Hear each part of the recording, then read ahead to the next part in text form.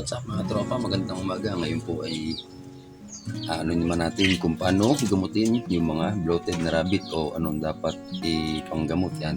Ano nga po ba ang mga pwedeng gawing panlunas sa mga bloated na rabbit. Yan, yung sa akin pong experience ay ang apple cider ginamit ko rin pong pang gamot sa bloated na rabbit. Yan, paano po ba gamitin ng apple cider sa bloated na rabbit? Yan, ang ginawa ko po dati, ako may clay pot. Kunwari po yan, clay pot. Nilagyan ko po ng ilang patak ng apple cider. Tapos nilagyan ko po kunyari ito ng tubig. Yan, at saka ko po ibinigay sa ating rabbit. Yan, nakakatulong din po yun sa aking experience, ay nakatulong din po sa pagka wala nang bloated ng ating mga rabbit. Ayan, ano po ba ang nakakatulong magpagaling sa bloated na rabbit? Ayan, huwag po tayo magbibigay ng pellet, puro damulaan po, o yung ano na, mas maganda kung yung tuyo. Yan, nakagamot din po yan sa bloated na rabbit. Basta wala po munang pellet pag bloated ng rabbit, puro grass. Tapos ano po ba ating pwedeng ipang gamot sa ating bloated na rabbit? Pwede po natin silang bigyan ng Yakult.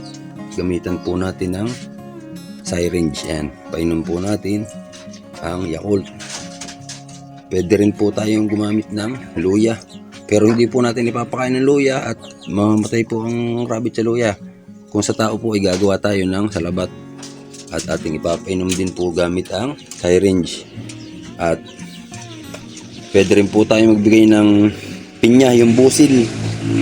Yan, yun po ay nakakatulong din sa paggamot ng bloated na rabbit. Tapos pwede po rin natin silang bigyan ng pineapple juice. Yan, kasi po yan yung mga matataas sa fiber.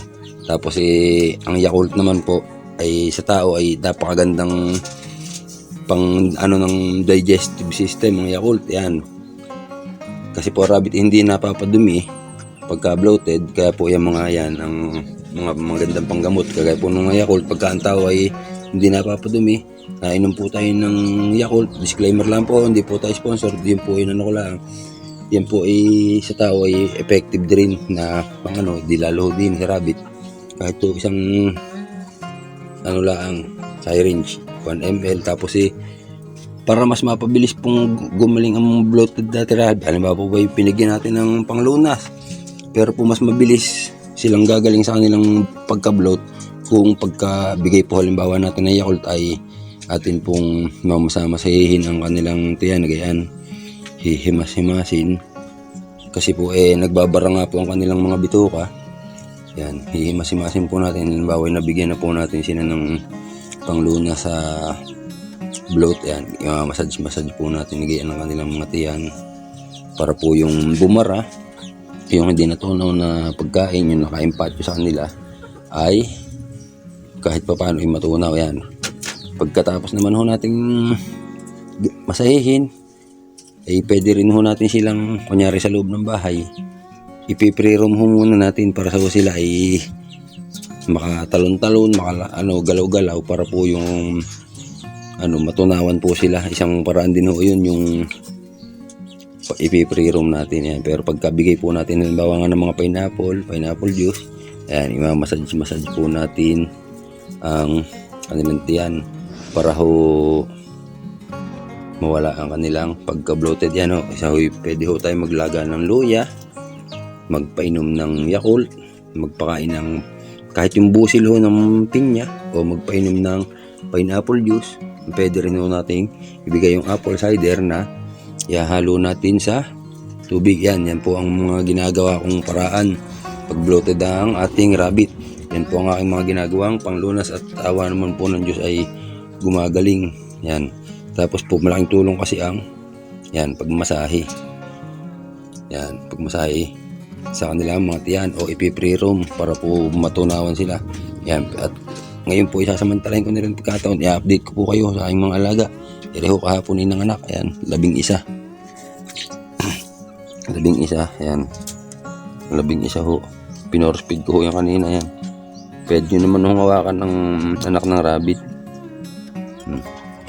Basta ho, ang kamay ninyo ay walang mga pabango. Para hindi mag-ibang amoy yan. Hawakan nyo muna si Mother Doe. Yan mani kanina ko pa hinawakan kaya nirekita ko na.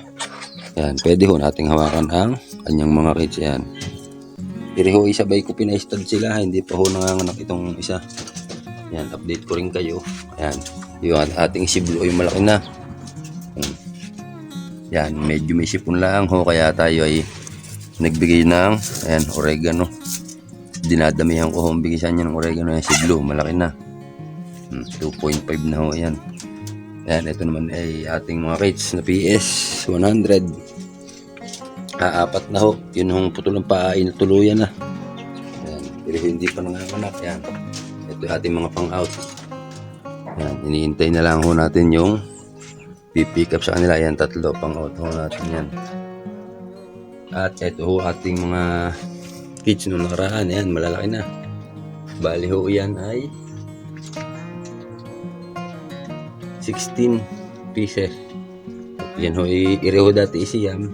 Repeat ang ginawa ko ay tinagwalo ko yung isa. Ito yan, kaya sa isang kulay na ito, pinampun ko para parehas sila ng dami ng anak.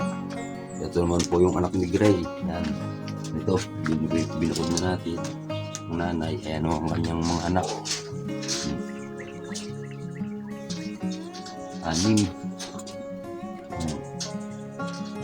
Malalaki nyo ho yan. Yan. Yun nga po pala, mayroon din ako i-update sa inyo. Yung ating bagong member. Ating bagong member.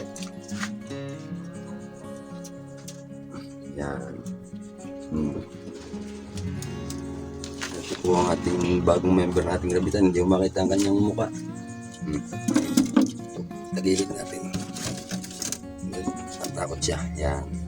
Yan ang kanyang mata hindi makita. Lion head po yan. Pure lion head. Yan. Atin hong susuklayin mamaya ang balahibo yan. Naglalagasan.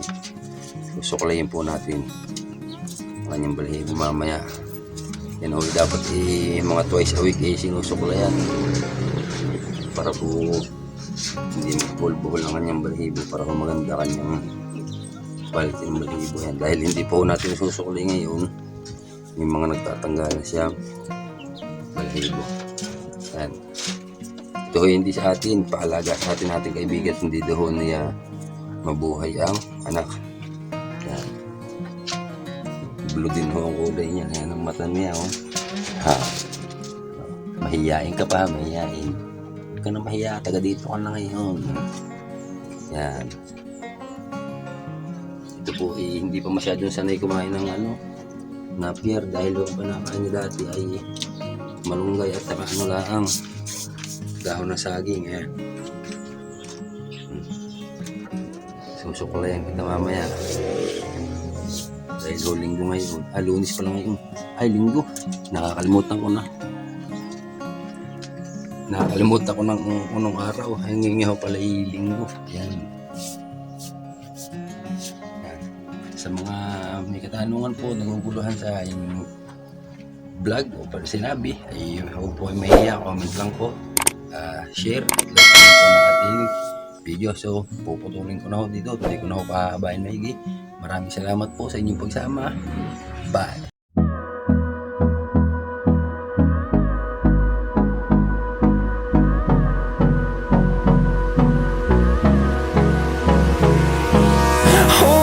Close till I get up. Time is barely on our side.